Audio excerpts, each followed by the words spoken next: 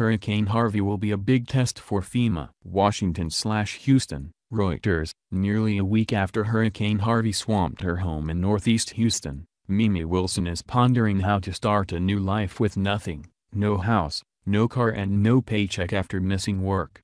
She has applied for assistance from the Federal Emergency Management Agency. Her priority, moving her two young daughters out of the shelter.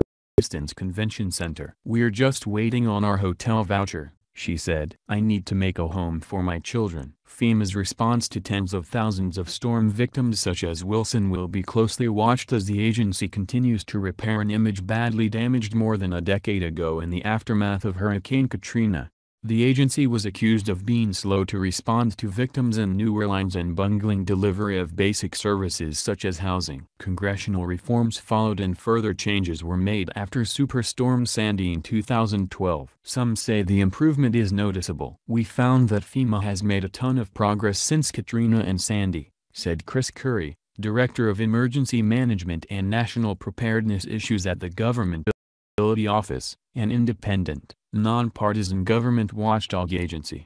"If you look back at Katrina, FEMA's role was much more reactionary. In this case, Harvey, they have been able to pre-deploy assets before the full disaster strikes." As of Thursday afternoon, more than 96,000 individuals and households had been approved for FEMA assistance with more than $57 million already provided to individuals and households, a FEMA spokesperson said.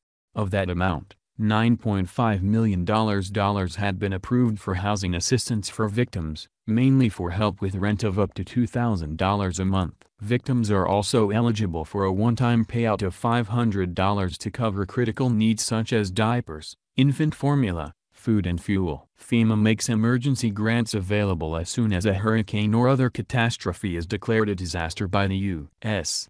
President. The agency can offer as much as $30,000 per household, but most payments are much smaller. The average payout to Hurricane Katrina victims was $7,114. For Sandy it was $8,016. Those sums might seem modest for victims who have lost everything. But the aid is intended to be temporary, said Rafael Lemaitre, former public affairs director for FEMA until January 2017. "The grants are not designed to make lives whole again. It's a life vest. It is designed to help the most vulnerable get back on their feet," he said. Lemaitre said one of the big changes since Katrina is that FEMA is more proactive in getting help to people faster. Victims can sign up online via FEMA's new app. The agency also sends teams out into shelters to register people on the spot.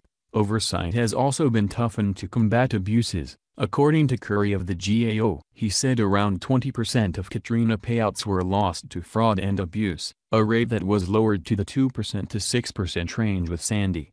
"A lot of it has to do with technology. You apply online, or with a mobile phone," Curry said. "There is more technology available to make sure the money is going to the right people and verify who it is supposed to go to." Some Harvey victims say this heightened scrutiny is making their shattered lives even more difficult. At the Houston Convention Center shelter, a 59-year-old man who would only give his first name, Tyrone, said FEMA has denied him assistance because he does not own the flooded home where he lives. It is still in the name of his mother, who died 18 months ago.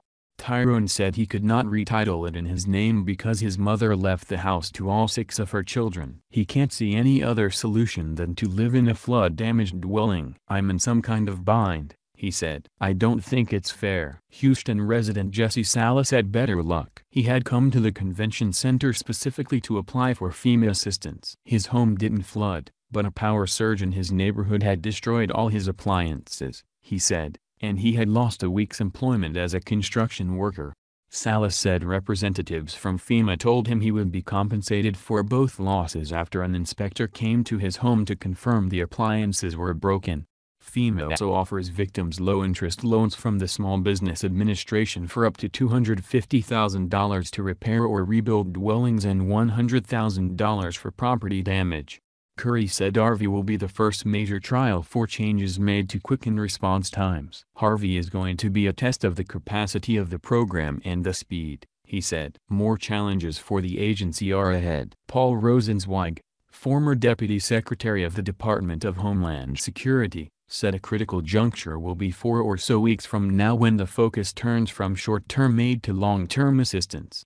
In the next 4 weeks there are people who are going to be homeless forever. The real thing that went wrong in Katrina was not being well prepared for that, he said. Harvey is going to create a bigger problem. There will be more people dislocated for longer periods of time and it cannot be a long-term federal responsibility.